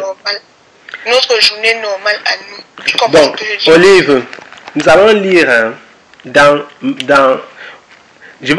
on lit, regardez bien ce qui est écrit dans Matthieu chapitre 28. Il dit que, verset 1 dit que, après le sabbat, à l'aube du premier jour de la semaine, après le sabbat finit le soir de samedi, au début du premier jour de la semaine, c'est-à-dire le soir de samedi là toujours, qui est le début du dimanche. Je ne sais pas si Papi, allô? Oui. Papi. Oui. En fait, je sens vouloir te couper. Moi, je suggère que, parce que pour qu'on se rende compte que c'est un constat que, en fait, le fait qu'il est ressuscité quand elles sont le jour là même. Parce que Matthieu, je sais pas, peut-être c'est parce que Matthieu ne fait pas bien état de ce que c'est un constat. Parce que je crois que si on lit peut-être dans l'autre, peut-être dans Marc, par exemple, c'est un peu plus clair là-bas qu'elles sont venues constater que le corps, que Jésus avait déjà été ressuscité au matin de ce jour-là. Parce que je crois que... On va lire dans Marc, on va lire dans Jean, si... Oui, en fait, je crois que le problème se situe plus au niveau du fait que ça a été constaté plutôt que ce soit arrivé le jour-là. Olive, tu es là? Oui, j'en parle. Alors, oui. Je voulais aussi dire par rapport à la préoccupation d'Olive, en fait, il y a un truc, c'est qu'on est en train de compter par rapport à ce que Jésus lui-même a dit, qu'il fera 3 jours et 3 nuits. Donc, disons que tu te dis que okay, Jésus est mort à 15 heures. Puis tu prends 24 heures, tu vois un peu. Tu prends 24 heures, 24 heures comme nous avons par exemple, tu te dis 24 heures plus 24 heures plus 24 heures. Tu te rends compte que tu tombes ce jour-là à 15 heures encore. Or, à 15 heures là, c'est le sabbat. Donc, les gens ne pouvaient pas venir marcher à cette heure-là. Donc, c'est après le sabbat, puisque comme le frère expliquait, il y avait certains kilomètres qu'on ne pouvait pas marcher pendant le sabbat et autres. Donc, c'est quand cette restriction-là finit, cette restriction-là passe, qu'elles arrivent dans le tombeau et il était déjà ressuscité. Parce que si tu comptes exactement 3 jours et 3 nuits, ça fait qu'il est déjà ressuscité. Puisqu'il n'est pas mort le jour même pendant la Pâque, déjà il est mort un peu avant, comme on l'a vu tout à l'heure. Donc, tu comptes maintenant 3 jours plus 3 nuits, donc 24 heures plus 24 heures plus 24 heures. Tu retombes donc déjà 15 heures, ou un peu non. Et donc, comme c'était le sabbat, ils ont attendu que ça finisse pour pouvoir se rendre au niveau de la tombe du sépulcre. En fait, je crois que le problème de Olive est plus sur le fait qu'on sait à partir de ce jour qu'on a constaté que Jésus est ressuscité, qu'on remonte pour arriver au mercredi. En fait, je dis mercredi. Donc, c'est à partir de dimanche qu'on est remonté pour dire que en fait, c'est mercredi. Tu comprends un peu ce que je veux dire? Et donc, elle se demande pourquoi est-ce que ce n'est pas plutôt, dit, pourquoi est-ce qu'on dit plutôt que c'est seulement constaté et ce n'est pas le jour là, en fait, qui est ressuscité. En fait, Jésus... En fait, je comprends. Ok, je comprends. Son problème est aussi au niveau du constat, pas sur le fait de compter 3 jours et 3 nuits, mais plus au niveau de est-ce que c'est vraiment le constat ou alors est-ce que c'est quand elles sont arrivées qu'elle qui est ressuscitée. Tu vois ce qui est fait. C'est là où je suis son problème. C'est pour ça que j'ai compté, parce que lorsque tu prends, c'est un jour à autour de 15 heures et que tu recomptes, tu te rends compte qu'on te dit le lendemain du sabbat, donc tu vois que tu étais donc tombé le sabbat à l'aube. Donc en fait, c'est pour ça que j'ai compté. Bon, je ne sais pas si jusqu'ici elle a compté, c'est pour ça que j'ai voulu compter. Il faut que Olive elle-même s'exprime par rapport à sa préoccupation. Ce qui se passe, Olive, c'est que dans l'écriture, les indices que nous avons, je ne sais pas si Olive nous écoute, Olive me suit. Tu as compris pourquoi est-ce que... J'ai le micro fermé, désolé, depuis je répondais. Ok, voilà, ce qui se passe en fait, c'est que quoi, je reprends ce que j'en ai dit. Jésus est mort effectivement dans la journée du 13. Tu es d'accord pour ça, non? Tu as compris pourquoi? Ok. Quand tu comptes 3 journées, 3 nuits et 3 journées, ça tombe dans la journée du 16, qui est un sabbat. Disons même que tu ne connais pas que le 16 là c'est un sabbat, mais au moins tu sais que c'est la journée du 16. Disons comme ça. Pourquoi donc on sait que la journée du 16 là c'est un sabbat? Parce qu'on nous dit que après le sabbat, le lendemain du sabbat, Marie et les autres sont partis au sépulcre. Donc personne n'a vu Jésus ressusciter. Mais étant donné que nous avons déjà le jour de sa mort, on connaît le jour de la résurrection. Donc si tu dis que Jésus est ressuscité dimanche, le jour où elles sont arrivées, ça veut dire qu'il a fait 4 nuits. Pourtant, le 13 à 15 heures quand il meurt, on compte 4 nuits et 4 jours. Ça veut dire qu'on tombe le 16 à 15 heures. Nous sommes d'accord, non? Voilà. Or, si tu prends le 16 à 15 heures et le lendemain matin, quand elles arrivent, ça veut dire que presque une demi-journée est à passer.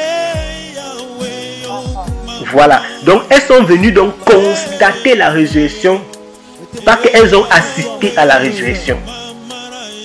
Jésus est déjà ressuscité, il est déjà parti en Galilée. C'est à ce moment donc que les femmes arrivent au sépulcre et elles trouvent que la pierre a été roulée, etc.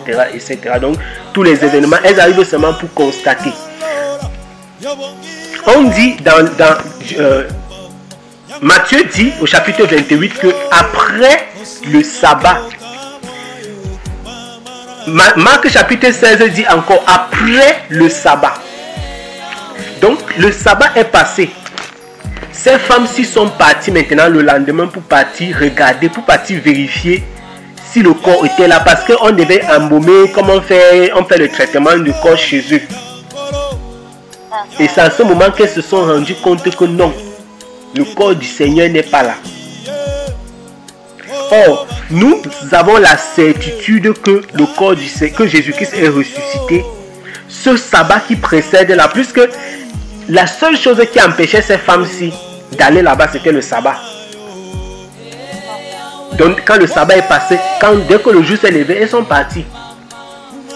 Pour partir vérifier est-ce que le corps est là, pour pouvoir faire ce qu'elles ont l'habitude de faire. Maintenant, je disais que le sabbat, si c'est un samedi, c'est un sabbat normal. Si nous comptons les jours tels que nous avons observé, Le 14 donc, qui est le jeudi, c'est un jour de fête, c'est la Pâque.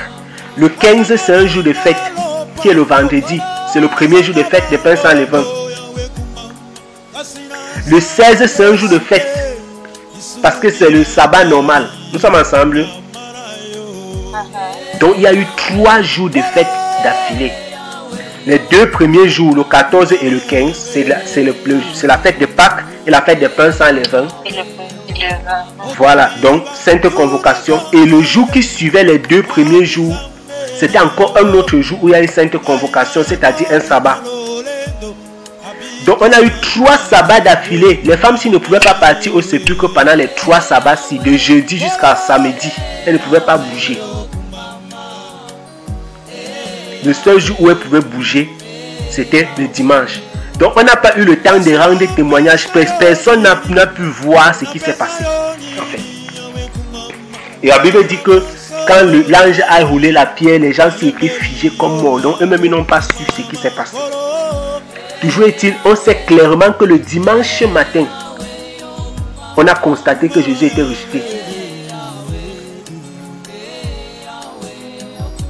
Le dimanche matin, on a constaté que Jésus était ressuscité. Donc, en réalité, Jésus est mort mercredi. Il y a eu premier soir, voilà, première nuit, mercredi soir, première journée, jeudi matin, jeudi en journée, deuxième nuit, jeudi soir, deuxième journée, c'est la journée de vendredi, troisième nuit, vendredi soir, troisième journée, la journée de samedi. Il est donc ressuscité le samedi. Après 3 nuits et 3 jours. Quand il est ressuscité, la journée du sabbat est finie. Le lendemain, maintenant, les femmes sont parties pour pouvoir traiter le corps. Parce que les trois journées-ci, c'était les journées de fête. Et elles se sont rendues compte que le corps n'était pas là. L'ange leur a donc dit que Jésus est ressuscité et il vous a dévancé en Galilée.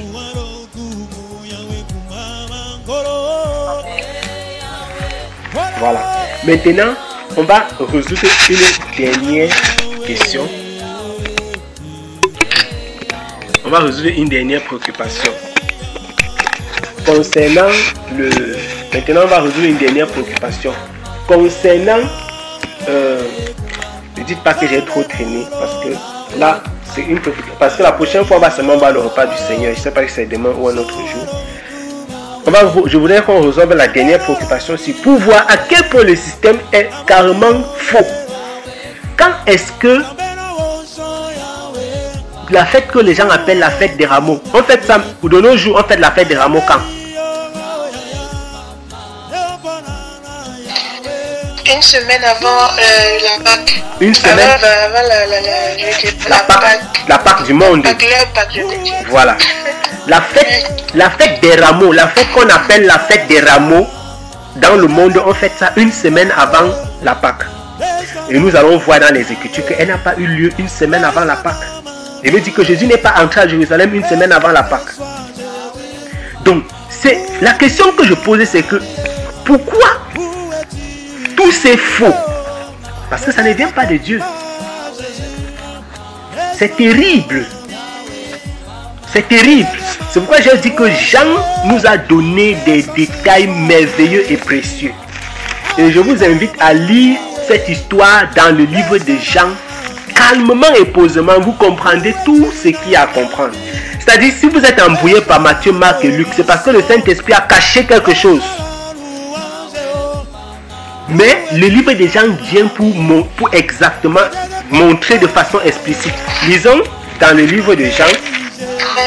Papi. Oui. Papi. Oui, oui. J'ai une question à ce sujet. En fait, je veux dire pourquoi faites des rameaux, pas faites des vêtements, des pailles et tout. Moi, je demande Normalement, ils ont jeté les pailles, les vêtements, etc. La question justement que tu poses, je crois qu'il faut poser ça au pape. Peut-être lui-même il n'a pas la réponse.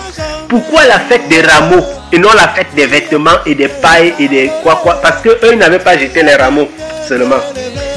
C'est vrai qu'on m'a dit que branche, les rameaux veut dire branche. Mais effectivement, quand nous avons lu le texte, vous vous rendez compte que quand on dit fête des rameaux, c'est un terme générique. Disons dans Jean chapitre 12, tout à l'heure, on a laissé. On a dit dans Jean chapitre 12 que on a lu les 2 premiers versets. C'était exprès que j'ai demandé qu'on s'arrête parce que sinon on allait continuer et on allait prendre un autre sujet. Lisons donc la suite. Dans Jean chapitre 12. Jean chapitre 12. Nous avons lu le premier verset disait que quoi? 6 jours avant la Pâque, Jésus vint à Béthanie où était Lazare qui avait été mort et qui avait ressuscité. On lui fit là un souper et Marthe servait. Et Lazare était un de ceux qui étaient à table avec lui. Donc, le texte ici, Jean est en train de parler quand? 6 jours avant la Pâque. Amen. Continuons maintenant dans la suite du texte. On va sauter. On tombe.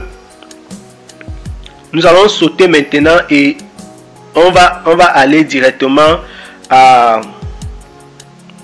le verset 9. Jean 12 toujours, verset 9. Alors une grande multitude de Juifs ayant su que Jésus était là, y vint. Non seulement à cause de Jésus, mais aussi pour voir Lazare qu'il avait ressuscité des morts. Et les principaux sacrificateurs délibérèrent de faire aussi mourir Lazare, parce que plusieurs Juifs à cause de lui s'en allaient plutôt et croyaient en Jésus.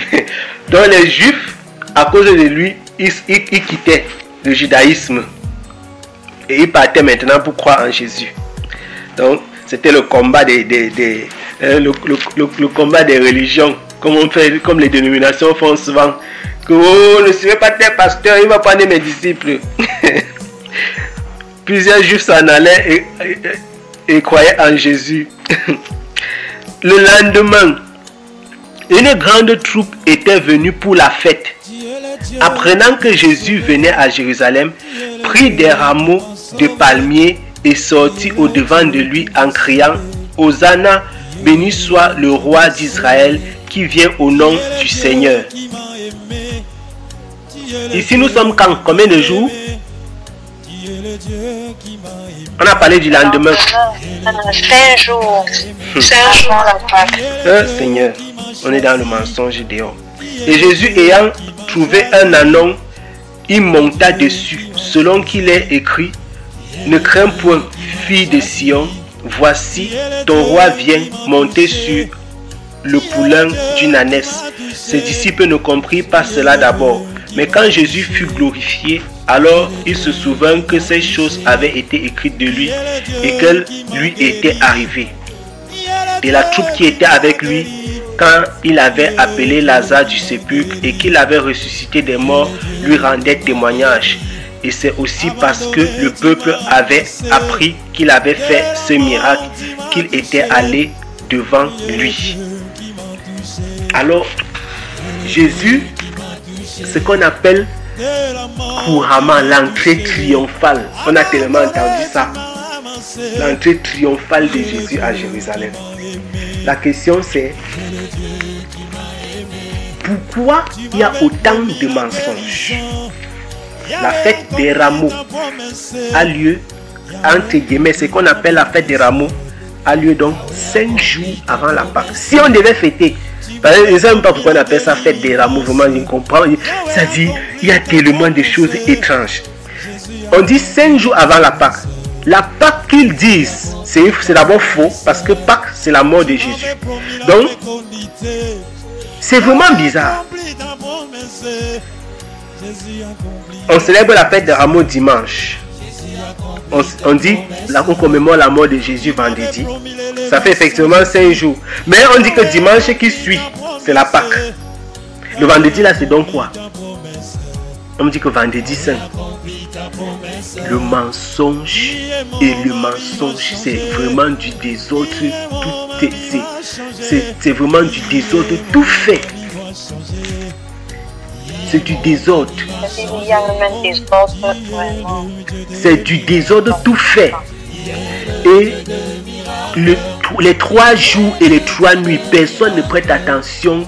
On dit que non, il a dit qu'il devait ressusciter. Ceux qui ont sorti cette histoire, cette supercherie, disaient qu'il a dit qu'il devait ressusciter le 3e jour. Donc, on compte vendredi 1er jour, samedi 2e jour et dimanche le 3e jour. La question donc que je pose, parce qu'il faut comprendre que le mensonge, c'est le mensonge. On dit que les femmes sont parties le matin du 3e jour. Donc, supposons qu'elles sont parties dimanche à 6 h. Prenons même qu'elles sont parties dimanche à 6 h. Donc, ceux qui disaient que Jésus est mort vendredi et qu'il est ressuscité dimanche, il est donc ressuscité à quelle heure? Le 3e jour, donc la journée n'était même pas encore arrivée, il est ressuscité. Donc, vous comprenez? Et je ne sais pas si vous comprenez de quoi je parle. On est dans une affaire qui n'a pas de sens. Jésus dit qu'il va ressusciter le 3e jour.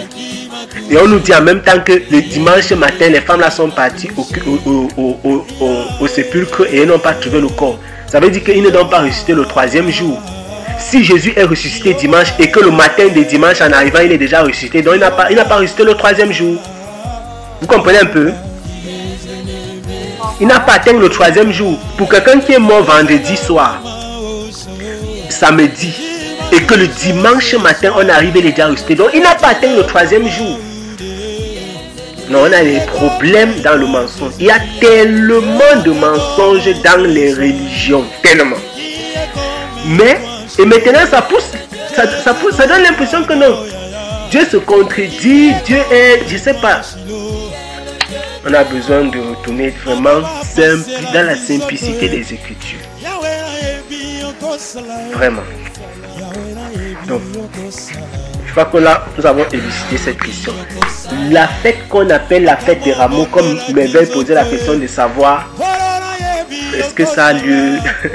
Ça dit quoi? Pourquoi on n'appelle pas ça la fête des vêtements et la fête des...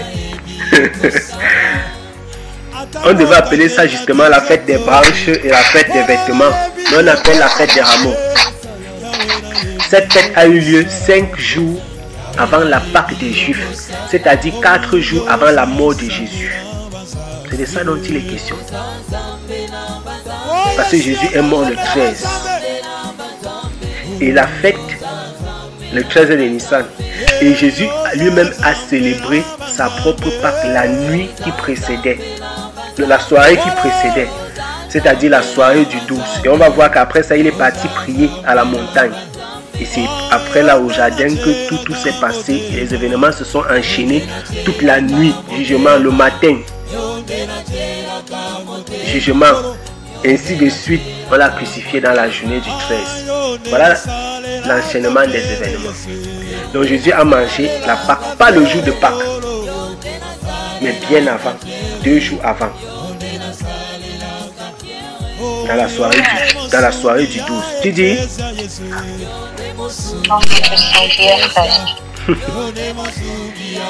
En tout cas, on a besoin de lire vraiment attentivement les Écritures. Attentivement. Une fois, j'ai discuté avec un bien-aimé et je lui disais que si vraiment tu t'assois et que Dieu ouvre tes yeux sur la réalité des Écritures, en conformité avec ce que lui il a donné, et que il ouvre aussi tes yeux pour que tu compares ce que lui a donné comme vérité dans la Bible avec ce qui est là dehors. Tu ne peux pas partir dans une dénomination. Tu ne peux pas suivre le christianisme tu ne peux pas. Parce que tu seras tellement combattu dans ton esprit. Le Saint-Esprit sera tellement en conflit avec toi que tu auras du mal à croire. Tu auras du mal à accepter. Tellement de mensonges. Tellement. Que le Seigneur nous aide vraiment. Que le Seigneur aide. Amen.